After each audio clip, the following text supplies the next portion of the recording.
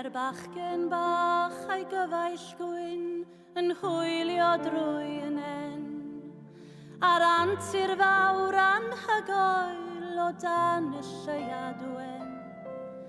Ac mae pawb yn teimlo'r siom pan ddaw hi'n doriad gwawr, a breuddwyd byr y bachgen bach yn deilchion ar y llawr.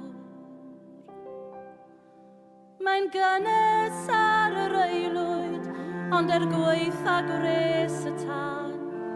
Mae'r wyn ar wyneb annwyl wedi rhewi yn y ffram, ond mae'r cloc yn taro 12 ac yn galw arna I ddianc fel y bachgen bach I fyd o ffantasi.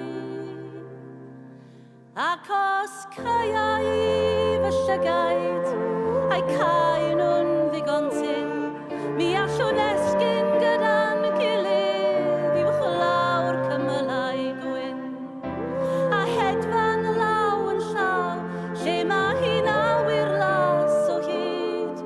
Dwy golomen wen yn hofran ymhell uwch sŵn y byd. Pan fydd y cartref yn llawn croeso wedi troi I gefn yn llwyr, a goleadur noddfa wedi pylu gyda'r hwyr.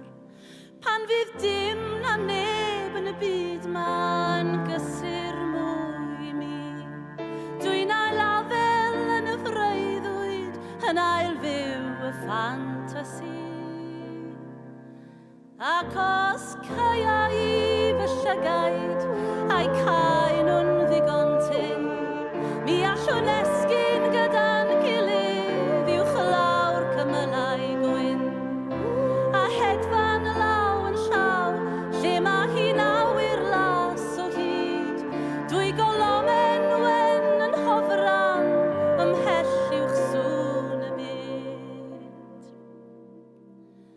Pan fydd y golled bron yn ormod a'r byd di colli liw, yr hireth yn ein llethu a'r siom yn brifo i'r byw, bydd y cloc yn taro 12 ac yn galw arno ni I ddianc fel y bachgen bach I fyd o ffantasi. Ac os caiwn ni